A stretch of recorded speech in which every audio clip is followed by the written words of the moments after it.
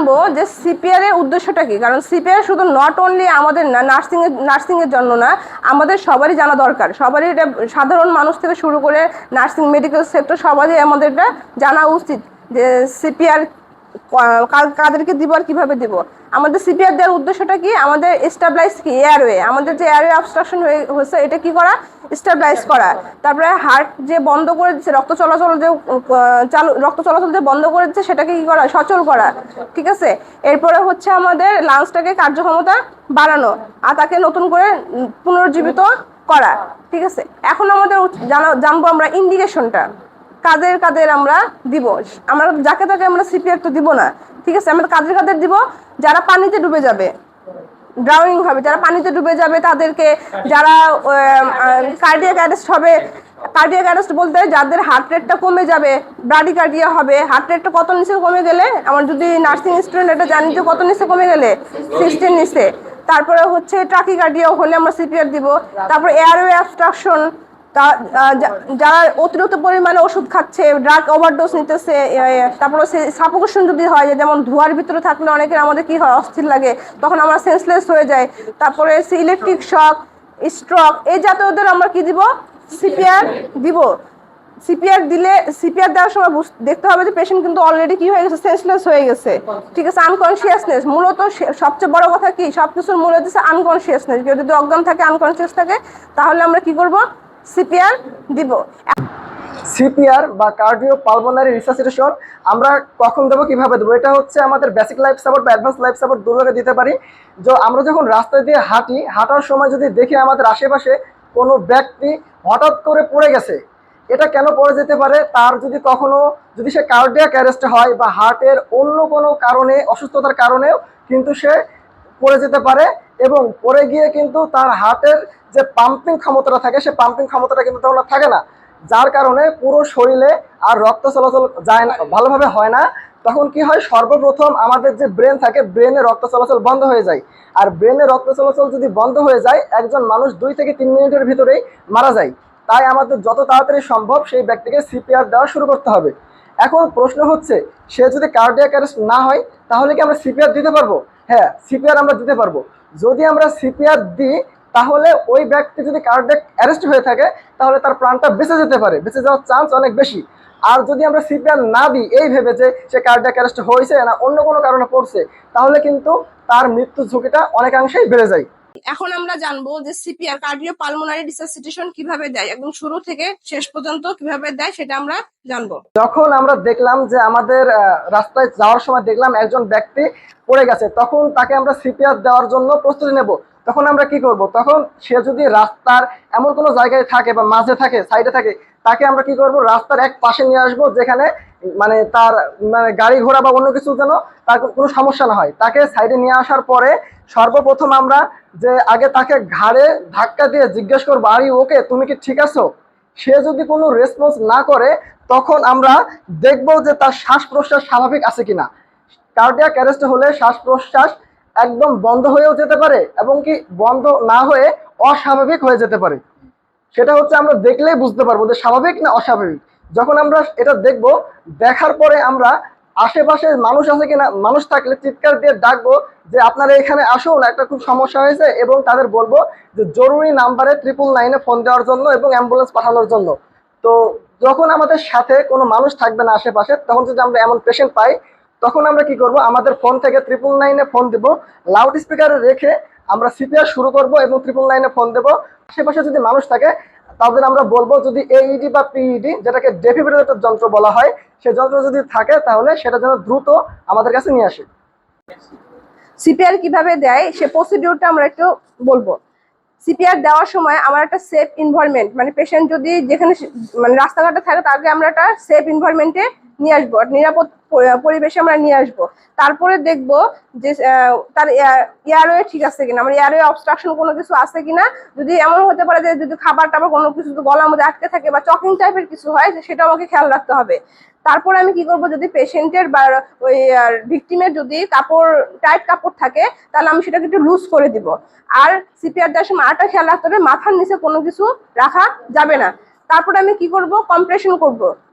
মানে চাপ প্রয়োগ করবো কোথায়, হার্টে, যেন হার্টের যে বন্ধ হয়ে গেছে রক্ত চলাচল যেটা বন্ধ করে দিছে সেটাকে সচল করার জন্য আমি কি করব, কম্প্রেশন দেবো, যেটাকে আমরা বাংলা বলে কি চাপ প্রয়োগ করব।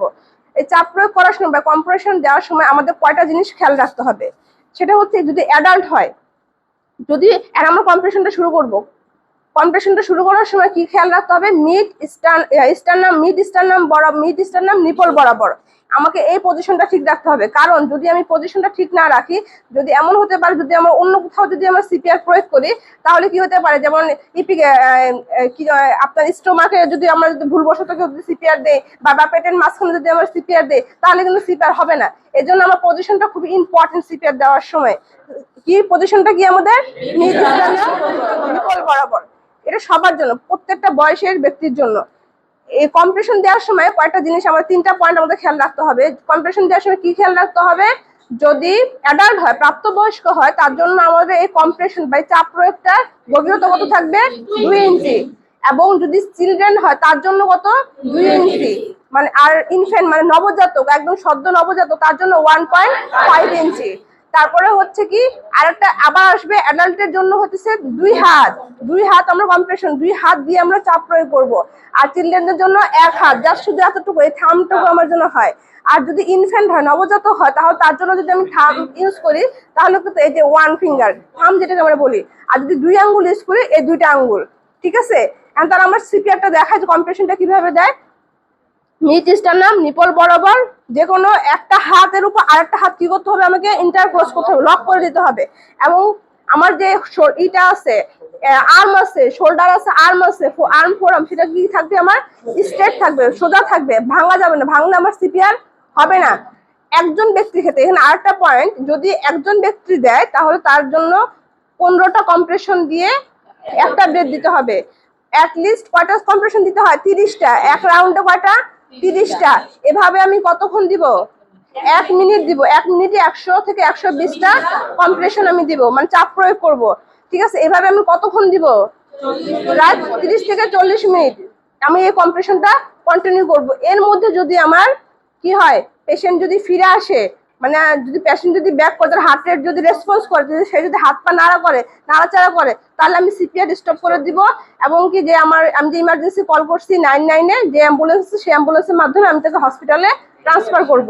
এখন আমরা কম্প্রেশনটা দেখাই কিভাবে দিব। 30টা, একজন ব্যক্তির জন্য 15টা, দুজন ব্যক্তির জন্য 30টা। তার কম্প্রেশনটা আমরা দেই। কম্প্রেশন দেওয়ার সময় অবশ্যই খেয়াল রাখতে হবে হার্টে যাওয়ার জন্য আমার এই চাপটা প্রয়োগ করে। হ্যাঁ, জোরে দাও।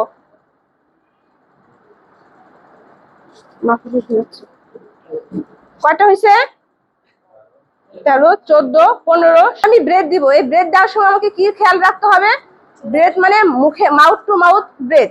যদি আমি রাস্তাঘাটে থাকি তাহলে অবশ্যই এটা মুখে মুখে দিতে হবে। ঠিক আছে, সেক্ষেত্রে আমরা মাউথ টু মাউথ ব্রেথ দেওয়ার সময় আমরা কোনো পাতলা কোনো রুমাল বা টিস্যু ব্যবহার করতে পারি। তা না হলে আমাদের কি করতে হবে, একদম মুখে মুখে সে ব্রেথটা দিতে হবে। এই মুখে মুখে ব্রেথ দেওয়ার সময় আমাদের অবশ্যই খেয়াল রাখতে হবে, কি খেয়াল রাখতে হবে, ভিকটিমের মুখের সাথে যে সিপিআর দিচ্ছে তার মুখ লাগাতে হবে, নাকটা চেপে ধরতে হবে, চেপে ধরে জোরে ফু দিতে হবে। কেন জোরে ফু দিব এখানে আমি নাক চেপে ধরে, কারণ যেন আমার চেস্টটা, লাংসটা ফুলে উঠে, লাংসটা কি হয় যেন ফুলে উঠে। এভাবে কি হবে, আমি একটা ব্রেথ দিব। তারপরে হচ্ছে আবার কিন্তু আমাকে কি করতে হবে, অন্য আরেকজনকে রেডি রাখতে হবে সিপিআর দেওয়ার জন্য। এই জন্য আমাকে শাউট করতে হবে বা কারো হেল্প নিতে হবে। ঠিক আছে, যেন আমি অন্য আরেকজন, এখানে যে একজন ব্যক্তি যে উঠে গেল, আরেকজন ব্যক্তি যে সিপিআর দিবে, এখানে মাত্র সর্বোচ্চ কত, 2 থেকে 5 সেকেন্ড সময় নিব। বেশি সময় কিন্তু নেওয়া যাবে না। কারণ কি, বেশি সময় নিলে কিন্তু আবার হার্ট কিন্তু রক্ত চলাচল বন্ধ করে দিবে, আবার কিন্তু সমস্যা হতে পারে, একদম পেশেন্ট মারাও যেতে পারে। এই জন্য যে 2জন ব্যক্তি যদি আমি ব্যবহার করে 30টা সার্কেল দেওয়ার সময়, 30টা সার্কেল না, নট অনলি, মানে যতক্ষণ আমি সিপিআর দিব ততক্ষণ আমাকে একজনের পাশে আরেকজন কি রাখতে হবে, রেডি রাখতে হবে। এখানে আমি 2 থেকে 5 সেকেন্ডের বেশি সময় পাবো না। তো আরেকজন ব্যক্তির ক্ষেত্রে আমি কি করবো, সেম একই ক্যাটাগরি, আসো আরেকজন ব্যক্তির ক্ষেত্রে আমাকে সেম একই ক্যাটাগরিতে, যেভাবে প্রথম ব্যক্তি যেভাবে সিপিআর দিচ্ছে, যেভাবে বলছে যে মিড স্টার্নাম নিপল বরাবর, হাত এবং শোল্ডার কি রাখতে হবে, স্ট্রেট রেখে আমাকে সিপিআর দিতে হবে। ও সেম একই, কয়েকটা দিলেই হয়ে যাবে, আর দেওয়া লাগবে না। হ্যাঁ, শেষ।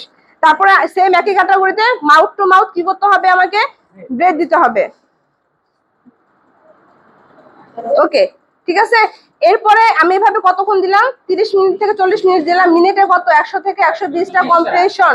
ঠিক আছে, 100 থেকে 120টা আমি কি করবো, চাপ প্রয়োগ করবো, এবং এখানে যতগুলো মাউথ টু মাউথ ব্রেথ পড়ে সেই কটা আমি মাউথ টু মাউথ ব্রেথ দিব।